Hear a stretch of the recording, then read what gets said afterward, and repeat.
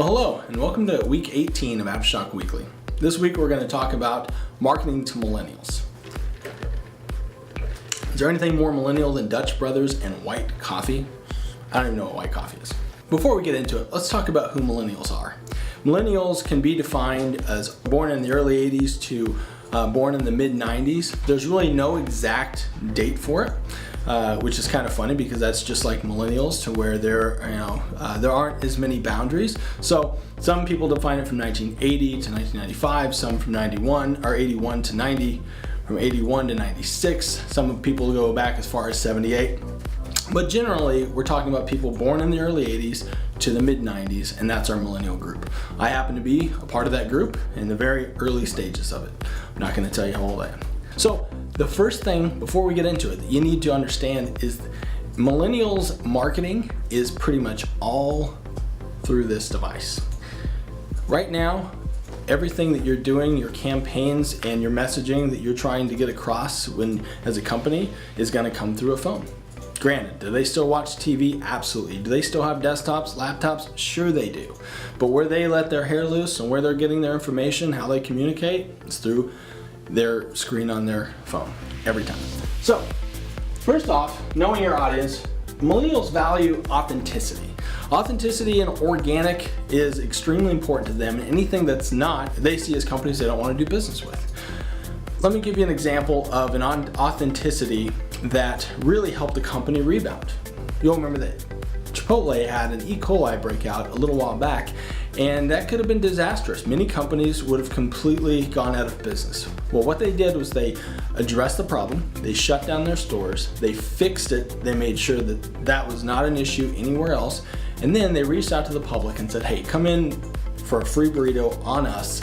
And they did. They allowed everyone to come in and get a free burrito at the company, and they on social media communicated well, and guess what? Now they're doing as well as they were ever doing, and it's only been 6 months, a year. It hasn't been very long. So that's an example of a company that was authentic, owned up to their mistake, and ended up getting back in the good graces of that demo. Non-organic manufactured content is patronizing. Anything that they see as non-organic, as I mentioned, they're going to see as patronizing, and they're not going to go to that business. Great example of this, Carl's Jr. Over the last 5 or 6 years, they've done a lot of commercials with scantily clad women, with ketchup dripping down on them, and washing a car, all kinds of stuff that was away from the food that they were doing. It was all very sexually driven. Well, that didn't resonate with millennials, and their sales in that category went down drastically. Well, because of that, there's some new advertising that they are launching. They completely went away from the old advertising, and they're food central on everything they're doing. They're talking about how it's farm to table. They're going after what millennials care about. That's an example of a company that wasn't authentic, that made amends, and now I'm sure in the next 5 or 6 years they're going to see their sales bounce in that particular category. Testimonials are heavily weighted with millennials.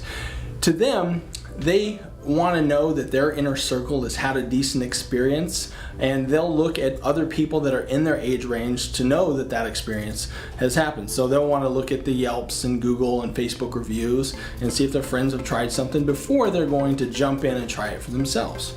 So review sites really in the last 10 years have become the mainstay of how we look and find new things. So to them, testimonials are very important, and specifically that's their social proof of people that they know like it, and that's what they want to do, is have a similar experience. Postmodern worldview means no absolutes. Truth is experiential. What this means is if somebody has had a bad experience, but a friend of yours has a good experience with a business, you're more than likely, as a millennial, you're going to try that. As long as you look at the company and they're organic and authentic, you're going to give them a shot. You're looking for that experience. There's no, this is an absolute and I'll never try this. Next, you've got to know your platforms. Social media cannot be ignored with millennials. It's very important that you have a strong presence on social media. You're coming out with new organic content consistently, because that's what they look for. And with social media, you're constantly under scrutiny as these big companies, and if you don't handle it right, it can really hurt your business. An example of this and how polarizing social media can be for a business: United Airlines recently had to drag a passenger off their plane because he wasn't willing to give up his seat because they overbooked. because of that, it went viral. And the guy asked for an apology, and the CEO all but said, "We're sorry, we had to reaccommodate our passenger." It wasn't a very good apology. It wasn't even really an apology at all. And because of that, social media started to go crazy on United Airlines, and they lost a lot of business. I'm not even sure today that they've ever bounced back from it. It's only been 6 months, time will tell, but that was a huge opportunity for them to say, hey, we were wrong, we made a mistake, and let's go ahead and correct it. We're very apologetic. So you can look up the story yourself. There's a lot more to it, but that's a good example. Smartphone is everything. That's how the millennials communicate. That's how they get information from each other. That's how they look up businesses they want to check out, whether it be restaurants, auto repair, whether it be booking plane travel, purchases, Amazon. All these things are done through their smartphone. That's how they live their life. A lot of times you can even see millennials that'll be sitting in a room with each other, and they're communicating back and forth on Facebook and via text rather than talking. It's just the way it is. So all your messaging has to be mobile formatted. Cooperative thinking is everywhere. Wiki is crowdsourcing. Today, with millennials, it's about crowdsourcing, it's about crowdfunding, it's about crowd buying, crowd everything, because they like to do things together. So making sure there's an experience that they can work on together and be a part of is huge. Things like Kickstarter, allowing them to invest in a company that they believe in and put a little bit of their own money in to get maybe the first release of a product, is huge today.